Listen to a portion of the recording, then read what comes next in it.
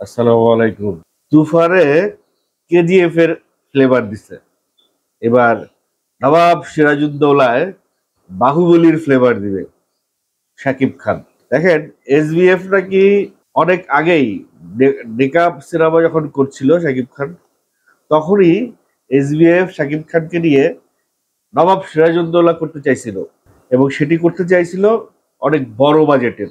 তখনই রাজ চক্রবর্তীকে দিয়ে শাকিব খানকে নিয়ে নবাব সিরাজউদ্দৌলা করতে চাইছিল, তো সেইটা সামহাও কোনোভাবে হয় নাই। কিন্তু তুফানের টিজার দেখার পরে, তুফান দেখার পরে, তুফানের ভাইব দেখার পরে, এসবিএফ শাকিব খানকে নিয়ে তুফান করার পরে এসবিএফ এর সেই ইচ্ছাটা এইবার মাথা চাড়া দিয়ে বসছে। এইবার এসবিএফ কে আর কেউ আটকাইতে পারবে না। আগামী ঈদের জন্যে, আগামী রোজার ঈদের জন্যে এসবিএফ শাকিব খানকে নিয়ে সেই নবাব সিরাজউদ্দৌলা করতে চায়।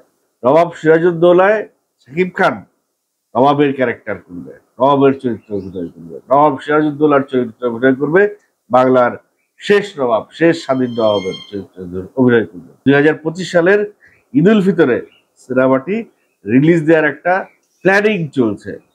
সেই ধারাবাহিকতায় শাকিব খানের সেই নবাব সিরাজউদ্দৌলার লুক নিয়ে একটা ছবি, একটা পোস্টারও বানিয়ে ফেলেছে শাকিব খানের ফ্যানরা। সম্ভবত এই পোস্টারটা ফ্যান বেসড বা ফ্যান মেড পোস্টার। যদিও এসবিএফ এর ফেসবুক পেজ ঘুরে এরকম কোনো তথ্য পাওয়া যায় নাই।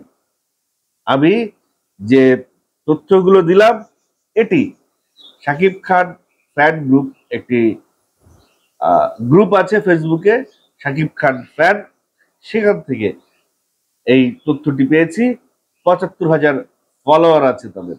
তারা শাকিব খানকে নিয়ে কোথায় কোন কাজটি হচ্ছে, কোথায় কোন কাজের ঘোষণা আসতেছে, কোন সম্ভাবনা থাকছে, এই সমস্ত কিছু তারা তাদের পেজে আপডেট দেওয়ার চেষ্টা করে। হতে পারে এই পোস্টারটি তাদের বানানো, হতে পারে এই পোস্টারটি এসবিএফ এর বানানো। যেভাবেই হোক, পোস্টারটি কিন্তু খারাপ হয়নি। নবাব সিরাজউদ্দৌলার গেটআপে শাকিব খান একটি অনন্য লুককে ধরা দিয়েছে। যদিও এই যে নবাব সিরাজউদ্দৌলার যে গেটআপে শাকিব খানকে রেখেছে, সেটি একটি সাদা কালো ফ্লেভারে রেখেছে। সিনেমাটি রাজ চক্রবর্তীর হাতে যেহেতু পড়েছে, রাজ চক্রবর্তী কে, রাজ চক্রবর্তী এর আগে কি বানিয়েছেন সে সম্পর্কে কয়েকটি কথা আপনাদেরকে জানিয়ে রাখি। রাজ চক্রবর্তী বানিয়েছেন প্রেম আবার, লে ছক্কা, বোঝে না সে বোঝে নার মতো ছবি।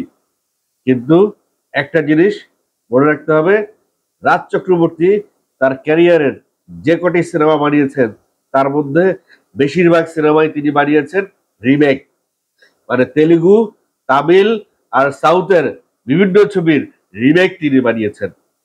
অর্থাৎ রাজ চক্রবর্তী একজন রিমেক মাস্টার। নবাব সিরাজউদ্দৌলাও একটি রিমেক হতে চলেছে। সেই হিসেবে নবাব সিরাজউদ্দৌলাও রাজ চক্রবর্তীর হাতে একটি অনন্য মাত্রা পাবে। নবাব সিরাজউদ্দৌলা এ পর্যন্ত বহুবার, বহু পরিচালক বহুভাবে বানিয়েছেন, কিন্তু এবারের নবাব সিরাজউদ্দৌলা হবে টেকনোলজি সম্পন্ন।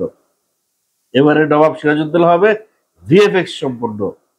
বাহুবলীতে যেভাবে দেখানো হয়েছে ভারতবর্ষের ঐতিহ্যকে, ভারতের সেই আমলের ঐতিহ্যকে, নবাব সিরাজউদ্দৌলাও সেই টেকনোলজি ব্যবহার করার একটি প্রচেষ্টা থাকবে। বাহুবলীর মতো অত বিশাল বাজেট হয়তো থাকবে না, কিন্তু ১০-১২ কোটি টাকার উপরে বাজেট থাকবে, এটি বলাই বাহুল্য। দেখা যাক রাজ চক্রবর্তী শাকিব খানকে নিয়ে নবাব সিরাজউদ্দৌলা বানিয়ে কি হাইপটা দেয়। রায়হান রাফি শাকিব খানকে নিয়ে তুফান বানিয়ে কেজিএফ এর হাইপ দিয়েছে। রাজ চক্রবর্তী কি শাকিব খানকে নিয়ে নবাব সিরাজউদ্দৌলা বানিয়ে বাহুবলীর হাইপটা দিতে পারবে? আগামী রোজার ঈদে রায়হান রাফি যদি আরো একটি সিনেমা নিয়ে আসে, রাজ চক্রবর্তী শাকিব খানকে নিয়ে যে সিনেমা নিয়ে আসবে, সেই সিনেমা দুটির মধ্যে একটি ঠান্ডা লড়াই কিন্তু সারা বছর জুড়ে চলবে। সারা বছর জুড়ে টিজার, পোস্ট, আপডেট, এগুলোর যে একটি ঠান্ডা লড়াই চলতে থাকবে, সেটি বলাই বাহুল্য। এবছর রাজকুমারের সময় তুফানের কোনো আপডেট দেওয়ার খুব একটা দরকার ছিল না, তারপরেও রাজকুমার চলাকালীন সময়ে তুফান আর দরদের যেভাবে আপডেট চলেছে তাতে মনে হয়েছে যে এবারের ঈদেই বোধহয় দরদার তুফান আসবে। আগামীতে সময় পাচ্ছে কোরবানির ঈদ থেকে রোজার ঈদ পর্যন্ত প্রায় ৮-৯ মাস। সেই ৮-৯ মাস জুড়ে যে যুদ্ধটি চলবে সোশ্যাল মিডিয়ায়, সেটি উপভোগ্য হয়ে উঠবে। একজন আরেকজনের চাইতে শ্রেষ্ঠ, একজন আরেকজনের চাইতে উপরে, একজন আরেকজনের চাইতে ভালো বেকার, এটি প্রমাণের কঠিন প্রচেষ্টা থাকবে দুই পরিচালকের ভেতরে। দুই পরিচালকই কিন্তু এবার এসবিএফ এর ভিতরে, দুই পরিচালকই এসবিএফ এর গণ্ডির মধ্যে। তবে রাজ চক্রবর্তীর সঙ্গে যুক্ত হতে যাচ্ছে হয়তো বাংলাদেশের আলফা আই, যেরকমটি তুফানে এসবিএফ এর সঙ্গে আছে বাংলাদেশের আলফা আই আর চরকি।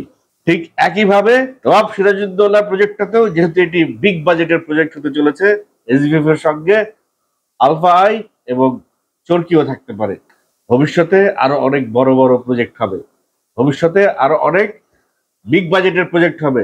সমস্ত বিগ বাজেটের প্রজেক্টগুলোই যৌথভাবে করতে হবে, কারণ এক প্রোডাকশনের হাউসের থেকে ১০-১৫ কোটি টাকা খরচ করা খুব একটা সহজসাধ্য কাজ হবে না। সেই দৌড়ে আরশাদ আদনানের ভার্সেটাল মিডিয়া কতদূর এগিয়ে যাবে সেটি এখন দেখবার বিষয়।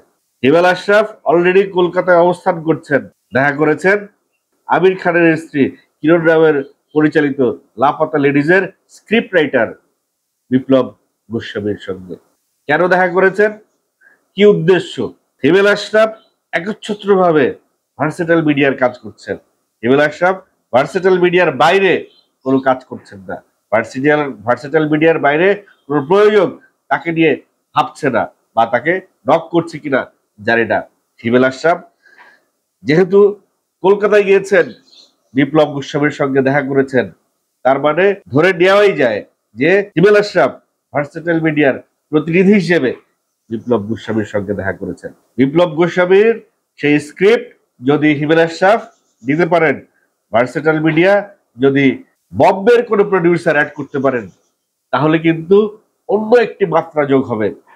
বম্বের প্রডিউসার নিয়ে হিমেল আশরাফকে নিয়ে আরশাদ আদনান যদি একটি প্যান ইন্ডিয়ান ফিল্ম বানিয়ে ফেলেন শাকিব খানকে নিয়ে, সেটিও কিন্তু হয়ে যেতে পারে। আরশাদ আদনানের একমাত্র পরিচালক বাংলাদেশে আরশাদ আদনান, যিনি বিগ বাজেটের সিনেমা বানান। ইকবাল সাহেব এনটিভির এক সাক্ষাৎকারে বলেই বসেছেন যে সিনেমার ক্রান্তিকালে আরশাদ আদনানের মতো একজন প্রযোজক বারবার উঠে আসে। এবার সিনেমার ক্রান্তিকালে এসেছেন আরশাদ আদনান, বড় বড় বাজেটের সিনেমা বানাচ্ছেন, খাত থেকে বাংলা চলচ্চিত্রকে হাত ধরে তুলে দিয়ে আসছেন। এবং সেটি সত্যি, প্রিয়তমা আর রাজকুমারের মতো বিগ বাজেটের সিনেমা যদি এই সময় না হতো, তাহলে বাংলাদেশের চলচ্চিত্র কি এভাবে ঘুরে দাঁড়াতো? বাংলাদেশের চলচ্চিত্র এভাবে ঘুরে দাঁড়াবার পেছনে শাকিব খানের যেরকম অবদান আছে, ঠিক তেমনি আরশাদ আদনানের অবদান অনস্বীকার্য। আরশাদ আদনান, হিমেল আশরাফ আর লাপাতা লেডিজের বিপ্লব গোস্বামী একটা নতুন চমক তৈরি করতে পারে। অপেক্ষা করছি সেই চমকের জন্য। সময় এলে অবশ্যই সমস্ত সংবাদ আপনারা জানতে পারবেন। দর্শক, নবাব সিরাজউদ্দৌলা বাহুবলীর মতো বা বাহুবলীর কাছাকাছি বা বাহুবলীর হাইট কি এসবিএফ আর রাজ চক্রবর্তী মিলে দিতে পারবে কিনা, বা এই বিষয় নিয়ে, এই প্রসঙ্গ নিয়ে আপনারা কি ভাবছেন, অবশ্যই কমেন্ট করে জানাবেন।